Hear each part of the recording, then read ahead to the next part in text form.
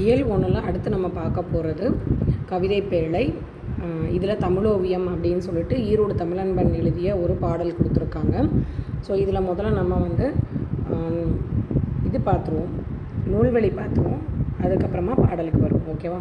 So Erode தமிழன்பனை பற்றி இதில் 2 கேள்விகள் கேட்டிருக்க கேள்விகள். ஸோ அந்த பேராகிராஃபை நம்ம முதல்ல பார்த்துருவோம், அதுக்கப்புறம் எந்த கேள்வியெல்லாம் கேட்டிருக்காங்கன்னு சொல்கிறேன். ஈரோடு தமிழன்பன் எழுதிய தமிழோவியம் அப்படிங்கிற நூலில் இருந்தே என்ன அப்படின்னு கொடுத்துருக்கேன்னா இந்த பாடல், இந்த கவிதை குறிப்பிட்டிருக்காங்க. ஈரோடு தமிழன்பன் புதுக்கவிதை, சிறுகதை இது முதலான பல வடிவங்களில் படைப்புகளை வெளியிடுவாராம். அதே மாதிரி இந்த கேள்வி கேட்டிருக்காங்க, அதாவது ஹைக்யூ, சென்ட்ரியூ, லிமரைக்யூ என புது வடிவங்களில் கவிதை நூல்களை தந்தவர் யார் அப்படின்னு கேட்டிருக்காங்க. அது ஈரோடு தமிழன்பன். ஸோ நெக்ஸ்ட்டு பார்த்தா வணக்கம் வள்ளுவம் அப்படிங்கிற கவிதை நூலுக்காக 2004ஆம் ஆண்டு சாகித்ய அகாதமி விருது பெற்றவர் யாருன்னு கேட்டிருக்காங்க. அது ஈரோடு தமிழன்பன். அதே கேள்வியை மாற்றி கேட்கலாம், ஈரோடு தமிழன்பன் எந்த நூலுக்காக சாகித்ய அகாதமி விருது பெற்றார் அப்படின்னு சொல்லிட்டு. இந்த 2004 நம்ம எப்படி ஞாபகத்தில் வச்சுக்கலாம் அப்படின்னா, 4 பேருக்கு வணக்கம் அப்படின்னு சொன்னோன்னா என்ன கொடுத்துறாங்க, சாகித்ய அகாதமி விருது கொடுத்துட்டாங்க அப்படின்னு சொல்லிட்டு ஞாபகத்தில் வச்சுக்கலாம். அதே மாதிரி தமிழன்பன் கவிதைகள், தமிழ்நாடு அரசின் பரிசு பெற்ற ஈரோடு தமிழன்பனின் நூல் எது அப்படின்னா தமிழன்பன் கவிதைகள். ஓகேவா? சாகித்ய அகாதமிங்கிறது கொஞ்சம் உயர்ந்த பரிசு. ஸோ 4 பேருக்கு வணக்கம் சொன்னோன்னே வணக்கம் வள்ளுவ, அதே மாதிரி வணக்கம் சொன்னோன்னே சாகித்ய அகாதமி விருதே கொடுத்துருவாங்களாம். ஸோ தமிழன்பன் கவிதைகளுக்கு தமிழ்நாடு அரசினுடைய பரிசு பெற்ற நூல் அது. சரியா? இது ஷார்ட்கட்டு. எப்பயுமே நுழையும் முன்னே நம்ம வாசிச்சுக்கணும் அப்படின்னு சொல்லியிருக்கேன். பட் இதில் நுழையும் முன்னில் பெருசாக முக்கியமான பாயிண்ட்ஸ்களாக எதுவும் இல்லை, ஜஸ்ட்டு ரீட் கொடுத்துக்கோங்க. ஸோ நெக்ஸ்ட்டு பார்த்தோம் அப்படின்னா இதில் இந்த வரி கொடுத்து கேட்டிருக்காங்க, யாருடைய பாடல் அப்படின்னு. அதாவது காலம் பிறக்கும் முன் பிறந்தது தமிழே, எந்த காலமும் நிலையாக இருப்பதும் தமிழே அப்படின்னு கொடுத்துருக்காங்க. அதை வச்சு யாருடைய வரிகள் எந்த நூலில் இடம்பெற்றதுன்னு கேட்டிருக்காங்க. அது என்னது, தமிழோவியம் அல்லது ஈரோடு தமிழன்பனுடைய வரிகள் அப்படின்னு சொல்லிட்டு இந்த செயல் முழுவதுமே ஒரு கிளான்ஸ் ஆஃப் ரீடிங் கொடுத்துருங்க. சரியா? ஸோ நெக்ஸ்ட்டு பார்த்தோம் அப்படின்னா இலக்கண குறிப்பு. இலக்கண குறிப்பில் முதல் இது என்ன கொடுத்துருக்காங்க, எத்தனை எத்தனை விட்டு விட்டு, அதாவது அடுக்கு தொடருக்கும் இரட்டை கிளவிக்கும் ஒரு வித்தியாசம் உண்டு. இந்த 2 வார்த்தைகளையும் நமக்கு பிரிக்கிறப்ப இந்த எத்தனை அப்படின்னு தனியாக நின்னா அதுக்கு பொருள் இருக்கணும். அதே மாதிரி விட்டு விட்டுல இந்த 2ஐயும் விட்டு கூட்டல் விட்டுன்னு பிரித்து அந்த விட்டு அப்படின்றதுக்கு ஒரு தனியாக பொருள் இருக்கணும். அப்படி பொருள் இருந்து அந்த 2 வார்த்தைகளும் தொடர்ந்து ஒரே வார்த்தை 2 தடவை தொடர்ந்து வரும். ஆனால் அதை பிரிக்கிறப்ப நமக்கு என்ன வரும் அப்படின்னா பொருள் வரும். அப்படின்னா அது அடுக்கு தொடர். இப்போ நெக்ஸ்ட்டு பார்த்தா ஏந்தி அப்படிங்கிறது வினையேற்றம். வினையேற்றம் பெயரச்சத்தை நீங்கள் எப்பொழுதுமே ஞாபகத்தில் வச்சுக்கிறதுக்கு ஒரே ஒரு ட்ரிக்கு தான்.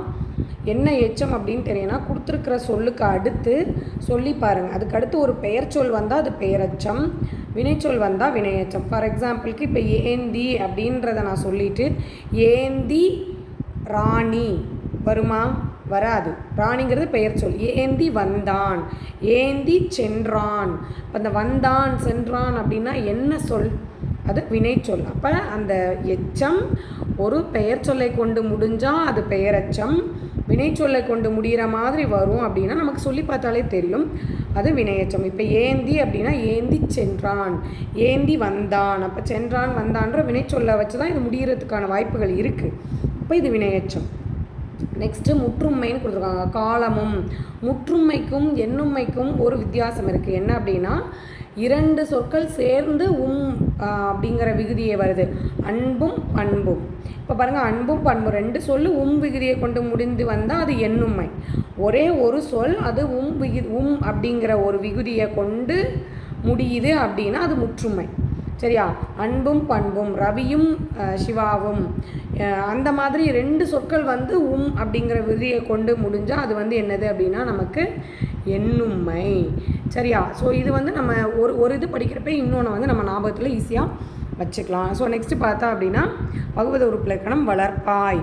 வளர்ப்பாய்னா இது என்னது, முன்னிலை ஏவல் வினை முற்று. நம்மளுக்கு இலக்கண குறிப்பு இலக்கணம் வளர்ப்பாய்னா இன்னொருத்தவங்களை ஏவுறோம், அதே மாதிரி முன்னாடி இருக்கிறவங்கள தான் நம்ம சொல்லுவோம். அப்படி அதனால் முன்னிலை ஏவல் வினை முற்று அப்படின்னு சொல்லுவாங்க வளர்ப்பாய். ஸோ பகுவத உறுப்பிலக்கணத்தில் பார்த்தா வளர், இப்பு கூட்டல் ஆய். இது பார்த்தா வளர்ப்பகுதி இப் சந்தி, இப் எதிர்கால இடைநிலை. ஏன்னா இடைநிலைக்கும் பகுதிக்கும் இடையில் வர்றது சந்தி. நெக்ஸ்ட் ஆய் அப்படிங்கிறது எனது முன்னிலை ஒருமை வினைமுற்று விகுதி. நம்ம ஆல்ரெடி சொன்னோன்னா வளர்ப்பாங்கிறது எனது முன்னிலை ஏவல் வினைமுற்றுன்னு சொன்னோம், ஏவல் வினைமுற்றுன்னு சொன்னேன்னா. ஸோ அந்த ஆய்ங்கிறது இந்த முன்னிலை ஒருமை வினைமுற்று விகுதி. சரியா? ஸோ இது இந்த மாதிரி நம்ம ஞாபகத்தில் வச்சுக்கணும். நெக்ஸ்ட்டு பார்த்தா விரிவானம்ல 6ஆம் திணை அப்படின்னு சொல்லிட்டு கொடுத்துருக்காங்க. அது முத்துலிங்கம் அவங்களுடைய நூல். இதில் வந்து நம்ம முதல்ல நூல்வெளி பார்த்துட்டு வந்துடலாம். ஸோ நூல்வெளியில் வந்து முத்துலிங்கம் அப்படிங்கிறது இலங்கையில் இருக்கக்கூடிய யாழ்ப்பாணத்தில் இருக்கக்கூடிய ஒரு கொக்குவில் அப்படிங்கிற ஒரு கிராமத்தில் பிறந்தவர். அவர் பல நாடுகளுக்கும் பயணித்து கனடாவில் இப்போ இருக்கார். சரியா? ஸோ அவர் சிறுகதைகள் என்னெல்லாம் எழுதியிருக்காருன்னா அக்கா, மகாராஜாவின் ரயில் வண்டி, திகடச்சக்கரம், இதெல்லாம் முக்கியம். இதில் எந்த ஒரு நூல் வேணால் கேட்கலாம். இப்போ திகடச்சக்கரம் என்ற நூலினுடைய ஆசிரியர் யார் அப்படின்னு கேட்டால் முத்துலிங்கம் அப்படின்னு சொல்லிடுறோம். இது வந்து டிஎன்பிசியை பொறுத்த வரைக்கும் லாஸ்ட் யூனிட்டில், தமிழில் லாஸ்ட் யூனிட்டில் 10th வரைக்கும் இருக்கக்கூடிய கூறப்பட்ட நூலாசிரியர்களுடைய குறிப்பில் இருந்து மட்டும்தான் நமக்கு கேட்பாங்க. பட் டெட்டில் வரப்போ நமக்கு எப்படி கேட்பாங்கன்னு தெரியாது. ஸோ டெட்டு படிக்கிறவங்க வந்து நீங்கள் வாசிச்சுக்கோங்க. சரியா? ஸோ நெக்ஸ்ட்டு பார்த்தோம் அப்படின்னா இவருடைய வம்ச விருத்தி அப்படிங்கிற ஒரு நூலுக்கு 1996 தமிழ்நாடு அரசினுடைய முதல் பரிசினை பெற்றிருக்கு. வடக்கு வீதி அப்படிங்கிற சிறுகதை தொகுப்பு இலங்கை அரசினுடைய சாகித்ய அகாதமி பரிசை பெற்றிருக்கு. ஸோ இலங்கையினுடைய வடக்கு பகுதியில் தான் நம்மளுடைய சோழாஸ் கிங்டம்லாம் வந்து நிறுவப்பட்டிருக்கு. குலோத்துங்க சோழன், ராஜேந்திர சோழன் இவங்கெல்லாம் இலங்கையினுடைய வடப்பகுதியை பிடிச்சிருக்காங்க. ஸோ வடக்கு வீதினா என்னது? இலங்கை அரசுடைய சாகித்ய அகாதமி பரிசை பெற்றிருக்கு அப்படி சொல்லிட்டு நம்ம ஞாபகத்தில் வச்சுக்கலாம். சரியா? ஸோ இந்த லெசனை பொறுத்த வரைக்கும் நம்ம எல்லாமே படிக்க வேண்டியதில்லை. முக்கியமான பாயிண்ட்ஸ் நான் அண்டர்லைன் பண்ணியிருக்கேன். நீங்கள் அதை மட்டும் படித்தா போதும். லைன் பை லைனாக வந்து வாசிக்கணும் அப்படிங்கிற அவசியம் கிடையாது. இதில் என்ன கொடுத்துருக்காங்க? நுழையும் முன். எப்பயுமே ஒரு லெசனில் நுழையும் முன்லேருந்தே நம்ம ஆரம்பிச்சிடணும். ஸோ நுழையும் முன்னில் இங்கே என்ன கொடுத்துருக்காங்க அப்படின்னா தங்களுடைய நாட்டிலிருந்து வெளியேறியவர்களுக்கும் வெளியேற்றப்பட்டவர்களுக்கும் எதிர்கொள்ளும் அவலங்களை 6ஆம் திணை 6வது விடுவாக பதிவு செய்கிறது. அப்போ வந்து இதை வந்து எந்த நூல் வந்து, அதாவது தாய்நாட்டிலேருந்து வெளியேறியவர்களும் வெளியேற்றப்பட்டவர்களும் எதிர்கொள்ளக்கூடிய அவலங்களை கூறக்கூடிய நூல் எதுனா 6ஆம் திணை. ஏன்னா ரீசெண்டாக இப்போ நமக்கு அமெரிக்காவிலேருந்து நிறைய பேர் வெளியேற்றினாங்க. இது வந்து கரண்ட் அஃபேர்ஸ் ரிலேட்டடான வரிகள் எல்லாம் நம்ம கூட கொஞ்சம் ஞாபகத்தில் வச்சுக்கணும். சரியா? ஸோ நெக்ஸ்ட்டு பார்த்தோம் அப்படின்னா நெக்ஸ்ட்டு கீழே ஒரு பாயிண்ட் கொடுத்துருக்காங்க. அதாவது ராபின்சன் க்ரூசோ அப்படிங்கிற ஒரு புத்தகம். அதனுடைய ஆசிரியர் யாருன்னா டேனியல் டிஃபோ. இது போதும். ராபின்சன் க்ரூசோ நூலினுடைய ஆசிரியர் யார் அப்படின்னா டேனியல் டிஃபோ அப்படிங்கிறவர். இந்த ஒரு பாயிண்ட் போதும். இந்த பேஜ் ஃபுல்லாகவே நமக்கு போதும். ஸோ நெக்ஸ்ட்டு பார்த்தோம் அப்படின்னா இந்த பேஜில் புலம்பெயர்தல் வந்து எத்தனை ஆண்டுகளாக முன்னாடியிலேருந்து நடக்குது அப்படின்னா 1000 ஆண்டுகளுக்கு முன்னாடியிலேருந்து நடந்துக்கிட்டு இருக்கு. அதே மாதிரி 5 நிலங்களை பற்றி பேசும்போது எதை பற்றி பேச இருக்குதுன்னா தலைவன் தலைவிகள் பிரிந்து போவதை பற்றி பேசியிருக்காங்க அப்படிங்கிறது குறிப்பிட்டிருக்காங்க. ஸோ அது வந்து எதனுடைய தொடர்புடையதுன்னா புலம்பெயர்தலுடன் தொடர்புடையது. சரியா? நெக்ஸ்ட் லைன் பார்த்தோம் அப்படின்னா இங்கே ஒரு முக்கியமான பாயிண்ட் இருக்குது. நற்றிணையில் 153வது பாடல் தனிமகனார் பாடலில் எதை பற்றி கூறியிருக்காங்க அப்படின்னா புலம்பெயர்தலை பற்றி தான் குறிப்பிட்டிருக்காங்க. ஸோ இது கேட்கலாம். அதாவது நற்றிணையில் 153வது தனிமகனாருடைய பாடல்கள் எதை பற்றி குறிப்பிடுகிறது அப்படின்னா புலம்பெயர்தலை பற்றி குறிப்பிடுகிறது. அந்த வரிகள் என்னென்னா வெஞ்சின வேந்தன் பகையலை கலங்கி வாழ்வோர் போக்கிய பேர் ஊர்பால். அதாவது ரொம்ப அரசர் வந்து ஒரு கொலை சீற்றம் உடையவராக இருந்தார்னா, அடிக்கடி போருக்கு போகிறவராக இருந்தாங்கன்னா அந்த நாட்டில் வந்து மக்கள் தங்குறதுக்கு வந்து பகைக்காக பயந்து என்ன பண்ணிடுவாங்கன்னா புகலிடம் தேறி வேறு நாட்டுக்கு போயிடுவாங்க. அந்த நாடு வந்து பால், அதுதான் அதனுடைய பொருள். ஸோ இதை வந்து இது எதா குறிக்குது அப்படின்னா மக்கள் வந்து புலம்பெயர்ந்து போவதை பற்றி சொல்லுது. யாருடைய பாடல் அப்படின்னா தனிமகனாருடைய பாடல். எதில் இருக்குது அப்படின்னா நற்றிணையில் இருக்குது. ஸோ இந்த வரிகளை கொடுத்து யாருடைய வரிகள்னு கேட்கலாம், தனிமகனாரனுடையது. இந்த வரிகளை கொடுத்து எந்த நூலில் இடம்பெற்றதுன்னு கேட்கலாம், அது நற்றிணையில் கொடுக்கப்பட்டிருக்கிறவுடைய வரிகள், பாடப்பட்டிருக்கிற வரிகள். சரியா? ஸோ நெக்ஸ்ட் பார்த்தோம் அப்படின்னா கனடாவுக்கு குடிபெயரக்கூடிய இது வந்து எப்பத்துலேருந்து நடந்துச்சு அப்படின்னா கனடாவுக்கு குடிபெயர்ந்து 1983ஆம் ஆண்டுகளுக்கு பின்னர் தான் வந்து என்ன அப்படின்னா பின்னர் தான் அது வந்து நடந்திருக்கு அப்படின்னு சொல்கிறாங்க. அடுத்த இம்பார்ட்டண்ட்டான இது வந்து இந்த பேராகிராஃப். நான் சொல்கிற பேராகிராஃப் மட்டுமே இந்த லெசனில் படித்தாலே போதுமானது. ஸோ இதில் என்ன கொடுத்துருக்காங்க அப்படின்னா, இந்த இது ஆல்ரெடி கொஷினாக கொடுத்துருக்காங்க. ஓர் இனத்தை அழிப்பதற்கு அவர்கள் நூல்களை எரித்தால் போதும், அவர்கள் அறிவு மேலும் வளர்வதற்கு முடியாமல் நின்றுவிடும். இந்த நூலுடைய இது வந்து எந்த நூலில் குறிப்பிடப்பட்டிருக்கு அப்படின்னா, ஃபாரன்ஹீட் 451 அப்படிங்கிற நூலில் கொடுத்துருக்காங்க. அறிவை சாகடித்து விட்டால் மனிதன் செத்து விடுவான். இது வந்து எதில் குறிப்பிடப்பட்டிருக்குன்னா, இதுவும் என்னது, அந்த ஃபாரன்ஹீட் 451 அப்படிங்கிற நூலில் தான் குறிப்பிடப்பட்டிருக்கு. அதே மாதிரி இது எப்போ வந்து அந்த நூலகம் எரித்தது நடக்கப்பட்டதுன்னா 1981 மே 31 வந்து நடந்துச்சு. சரி, அப்போ இந்த 3 பாயிண்ட் நமக்கு வந்து இந்த நூல்களை எரித்து நூல்களை எரித்தது நடந்தது 1981 மே 31. ஒரு இனத்தை அழிப்பதற்கு அவர்கள் நூல்களை எரித்தால் போதும், அவர்கள் அறிவு மேலும் வளர்வதற்கு முடியாமல் நின்றுவிடும்னு குறிப்பிடப்பட்டிருக்கிற நூல் எதுனா ஃபாரன்ஹீட் 451. அறிவை சாகடித்து விட்டால் மனிதன் செத்து விடவான் என்று எந்த நூலில் குறிப்பிடப்பட்டிருக்குன்னா ஃபாரன்ஹீட் 451. ஸோ இதில் வந்து எத்தனை கொஸ்டின் இருக்குது? 3 கொஸ்டின் இருக்குது நமக்கு. சரியா? ஸோ நெக்ஸ்ட் அடுத்த பேஜுக்கு வந்துடுங்க. ஸோ இந்த பாக்ஸில் கொடுத்துருக்க அயலக தமிழர் தினம் எப்போ கொண்டாடப்படுறாங்க? முக்கியமானது. ஸோ அயலக தமிழர் தினம் எப்போ கொண்டாடப்படுறாங்கன்னா ஜனவரி 12ஆம் தேதி கொண்டாடப்படுது. அதே மாதிரி அது அப்போ தான் வந்து என்னது தாய்மண் திட்டம் அப்படிங்கிற ஒரு திட்டமும் வந்து செயல்படுத்தப்பட்டிருக்கு. தாய்மண் திட்டம். அதே மாதிரி ஜனவரி 12 தான் என்னது அப்படின்னா அயலக தமிழர் தினமாக கொண்டாடப்படுகிறது. NRI டே வந்து ஜான்வரி 9 இல்லையா? சரியா? சரி, இந்த மாதிரி நம்ம வந்து சைட் பை சைடாக நம்ம ஞாபகத்தில் வச்சுக்கணும். நெக்ஸ்ட்டு தமிழர்கள் வந்து என்னது 8 கோடி பேர் உலகம் முழுவதும் இருக்கிறாங்களாம். கனடாவில் மட்டும் எத்தனை பேர் இருக்காங்க அப்படின்னா 3 லட்சம் பேர் இருக்கிறாங்க. ஸோ சூரியன் மறையாத நாடு, இதுவும் முன்னாடி கேட்டிருக்காங்க. சூரியன் மறையாத நாடுன்னு அழைக்கப்படுவது எதுனா பிரித்தானிய அரசு. இப்போ இந்த சூரியன் மறையாத நாடு எப்படி அழைக்கப்படுகிறது அப்படின்னா சூரியன் மறையாத தமிழ் புலம் அப்படின்னு அழைக்கப்படுது. இது எப்படி சொல்லலாம்? சூரியன் மறையாத தமிழ் புலம் என்று அழைக்கப்படக்கூடிய நாடு எது அப்படின்னா அது எது? பிரிட்டானிய அரசு, அதாவது இங்கிலாந்து அரசு. ஸோ நெக்ஸ்ட் 2012ஆம் ஆண்டிலிருந்து தான் ஜனவரி 14 தமிழர் பாரம்பரிய நாளாக கொண்டாடப்படுகிறது. இது ரொம்ப ரொம்ப முக்கியமான ஒரு கருத்து. கேள்வி கேட்கக்கூடிய பகுதி என்ன கொடுத்துருக்காங்க அப்படின்னா 2000 எப்போதுலேருந்து தொடங்க இருக்குது அப்படின்னு கேட்கலாம். தமிழர் பாரம்பரிய நாள் வந்து எந்த ஆண்டு முதல் கொண்டாடப்பட்டு வருகிறது அப்படின்னா 2012. எப்போ கொண்டாடப்படுது அப்படின்னா ஜனவரி 14. இது வந்து 2 ஜனவரி 12 அப்படின்னா நமக்கு என்ன தெரியும்? அயலக தமிழர் தினம். சரியா? ஜனவரி 14 அப்படின்னா தமிழர் பாரம்பரிய நாள். சரியா? இது வந்து என்ன அப்படின்னா கிட்டத்தட்ட நம்ம பொங்கலை ஒட்டி வரும். ஸோ வன்னி வீதி அப்படிங்கிறது எந்த நாட்டில் இருக்குது அப்படின்னா என்னது அப்படின்னா கனடாவில் இருக்குது. சரியா? இது யாருக்கு சொந்தமானதுன்னா தமிழர்களுக்கு சொந்தமானது. நான் சொல்கிற பாயிண்ட் மட்டும் நீங்கள் அண்டர்லைன் பண்ணிக்கோங்க போதும். சரியா? உலகத்தில் 2வது பெரிய தேசம்னா என்னது அப்படின்னா கனடாவாம். சரியா? நெக்ஸ்ட் பார்த்தோம் அப்படின்னா 8 தொகையில் ஐங்குறுநூறு அப்படிங்கிறதுல நமக்கு எத்தனை கொடுத்துருப்பாங்க அப்படின்னா 5 திணைகள் கொடுத்துருப்பாங்க. 500 பாடல்கள் இருக்கும். குறிஞ்சி முல்லை மருதம் நெய்தல் பாலை இருக்கு இல்லையா? 3 திணைக்கும் ஒவ்வொரு திணைக்கும் வந்து 100 பாடல்கள் இருக்கும். 5 வந்து எத்தனை பாடல்கள் இருக்குன்னா 500 பாடல்கள் இருக்கும்.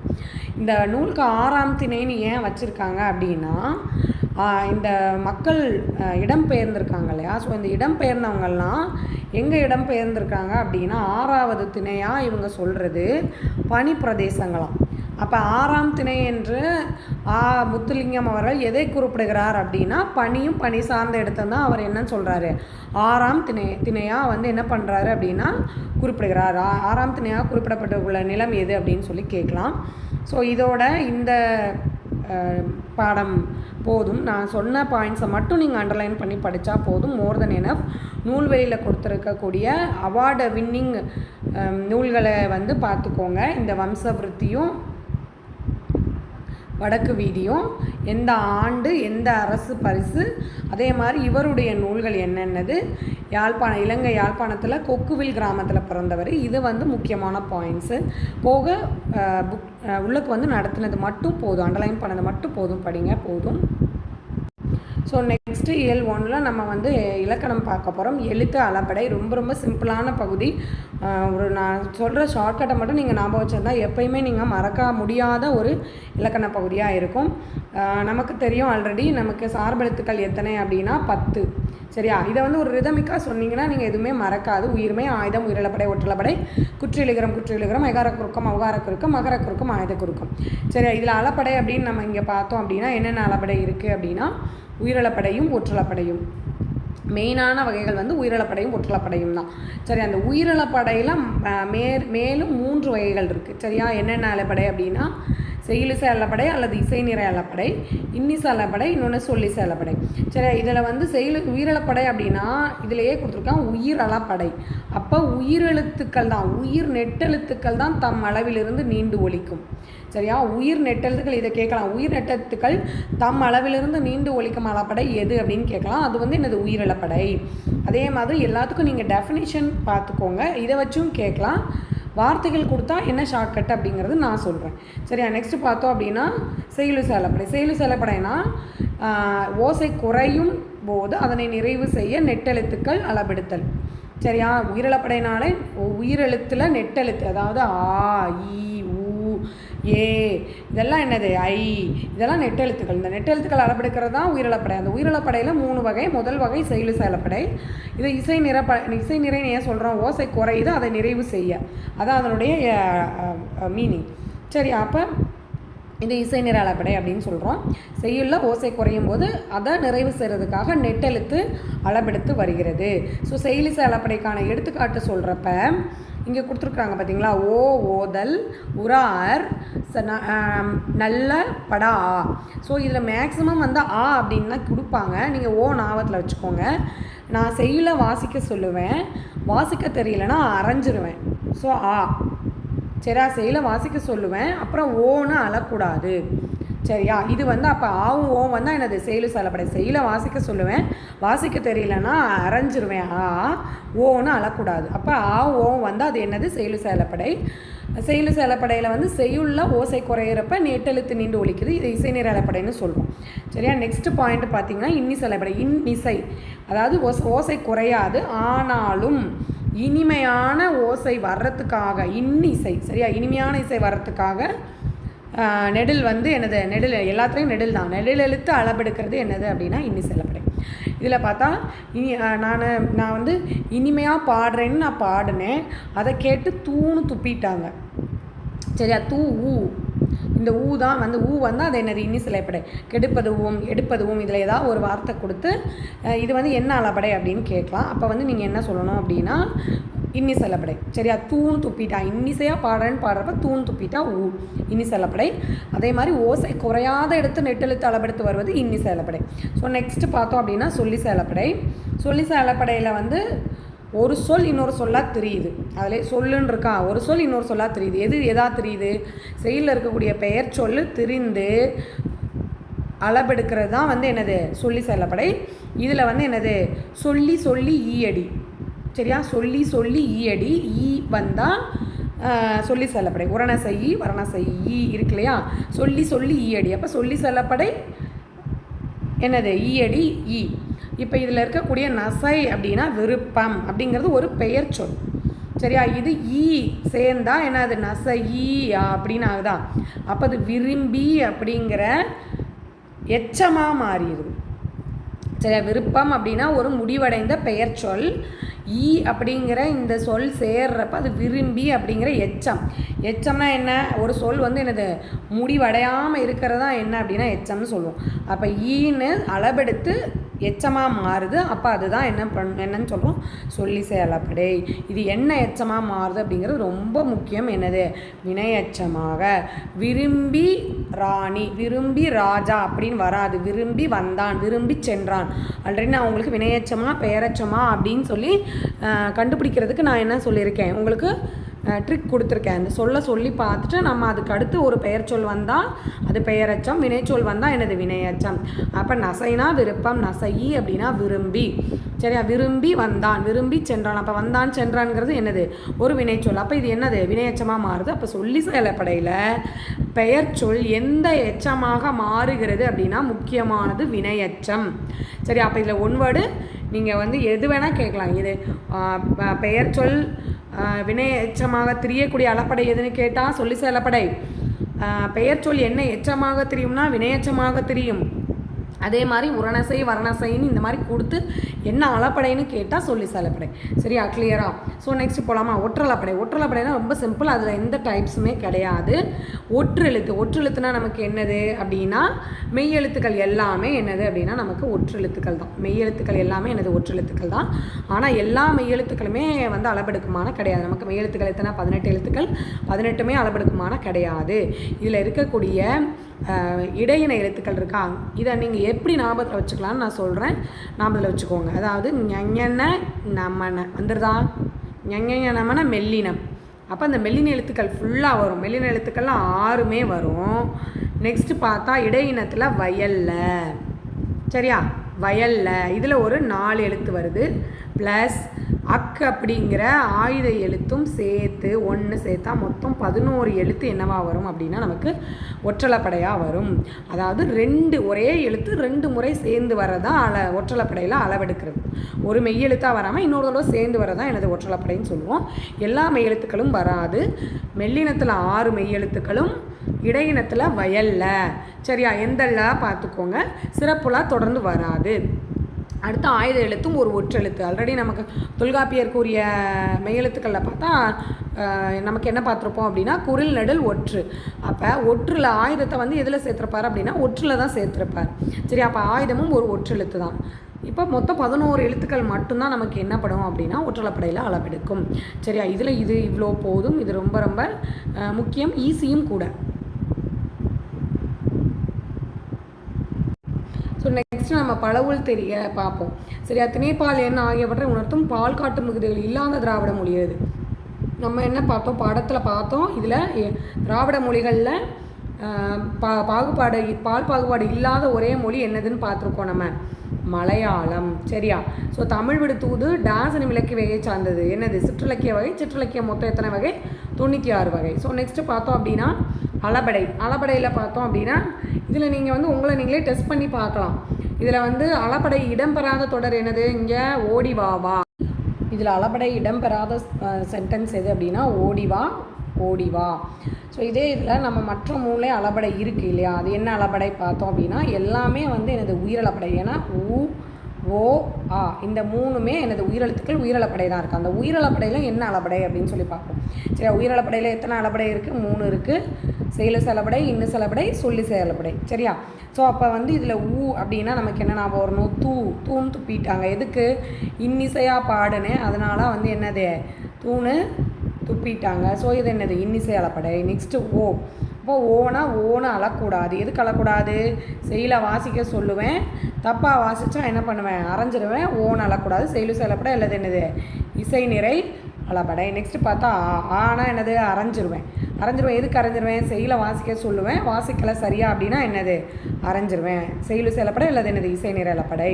ஸோ இந்த இதில் அளபடை இடம்பெறாதது ஓடிவா. சரியா, காலம் பிறக்கும் முன் பிறந்தது தமிழே, எந்த காலமும் நிலையாக இருப்பதும் தமிழே கொடுத்துருக்காங்க. இதில் வரும் நயங்கள் கேட்டிருக்காங்க. நயங்களில் இதில் ஆன்சர் மோனை எதுகை ஏய்பு. எப்படி அப்படின்னா மோனைனா முதல் எழுத்து ஒன்றி வர தொடுக்கிறது தான் எனது மோனை. மோ. சரியா, 2ஆம் எழுத்து ஒன்றி வர தொடுப்பது எதுகை. இயைபு அப்படின்னா தமிழே அப்படின்னு சொல்லிட்டு ஒரே சவுண்டில் முடியுது இல்லையா, அதை தான் நம்ம இயைபு அப்படின்னு சொல்லுவாங்க.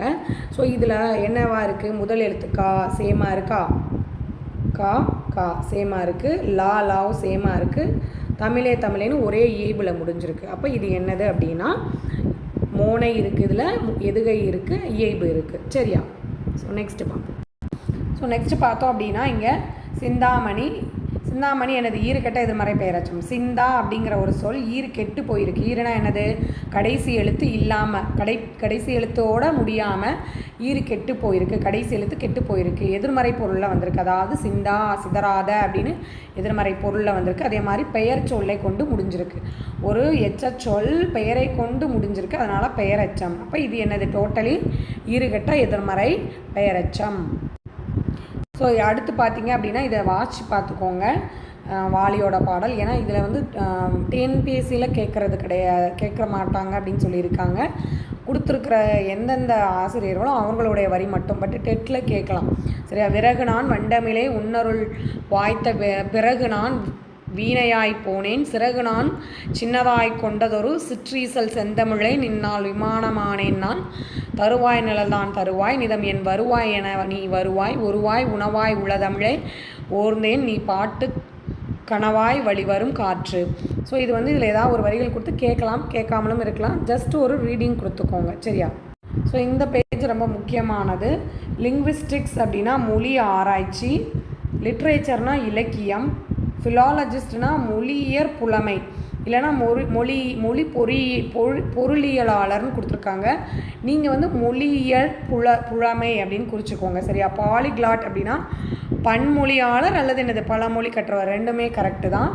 ஃபோனாலஜிஸ்ட் அப்படின்னா ஒலியனில் அறிஞர். ஃபோனட்டிக்ஸ்னால் நமக்கு தெரியும் இல்லையா? ஃபோனட்டிக்ஸ்னால் ஒலிப்பியல், எப்படி நம்ம சவுண்டை ப்ரொனவுன்ஸ் பண்ணுறோம் அப்படிங்கிறதான் வந்து என்னது ஃபோனட்டிக்ஸ் அப்படின்னு சொல்லுவாங்க. ஃபோனட்டிக்ஸ் கிளாஸ் எல்லாம் நான் அனுப்புகிறேன் என் குழந்தை அப்படின்னு சொல்லுவாங்க இல்லையா?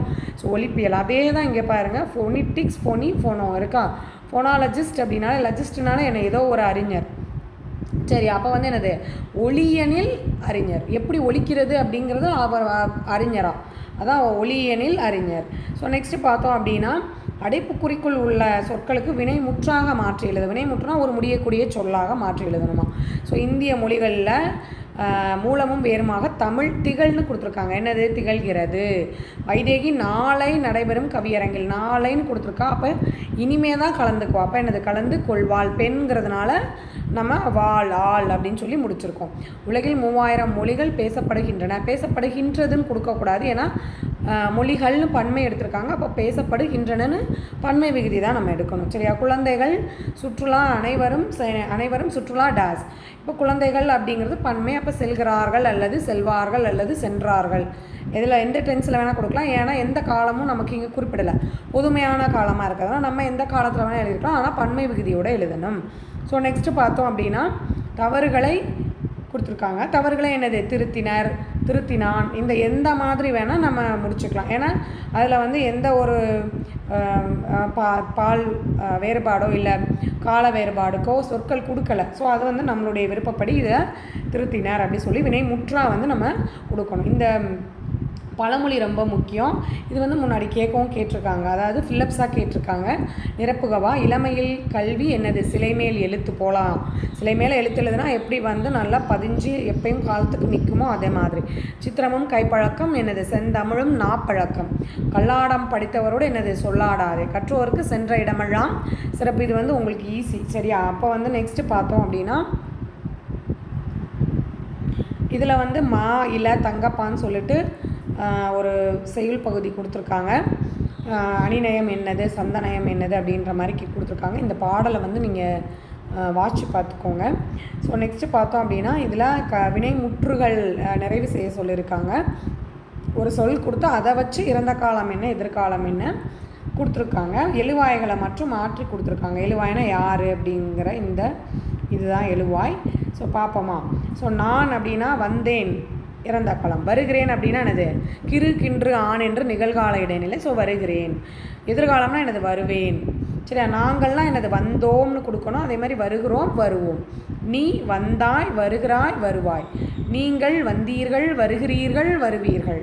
அவன் வந்தான், வருகிறான், வருவான். அவள் வந்தாள், வருகிறாள், வருவாள். அவர் வந்தார், வருகிறார், வருவார். அவர்கள் வந்தார்கள், வருகிறார்கள், என்னது? வருவார்கள். அது வந்தது, வருகிறது, வரும். அவை வந்தன, வருகின்றன, என்னது? வரும். அப்போ இது ரெண்டுக்குமே வந்து என்னது? வரும் தான், வேறுபாடு இருக்காது. ஸோ நெக்ஸ்ட் பார்க்கலாமா? நெக்ஸ்ட் இந்த இயலோட லாஸ்ட் பகுதி. ஸோ இதில் இருந்து நிறைய டைம் வந்து கொஷின்ஸ் கேட்குறாங்க. என்னென்னது அப்படின்னா இந்த டிரான்ஸ்லேஷன், கம்பேரட்டிவ் கிராமர், ஒப்பிலக்கணம். கம்பேர் பண்ணுறதுனால என்னது அப்படின்னா ஒப்பிடுதல் தான். ஸோ ஒப்பிலக்கணம். லெக்சிகான்னா என்னது? பேரகராதி. அடுத்து வவல்ஸ். வவல்னால் என்னது? நமக்கு தெரியும், உயிரொலி.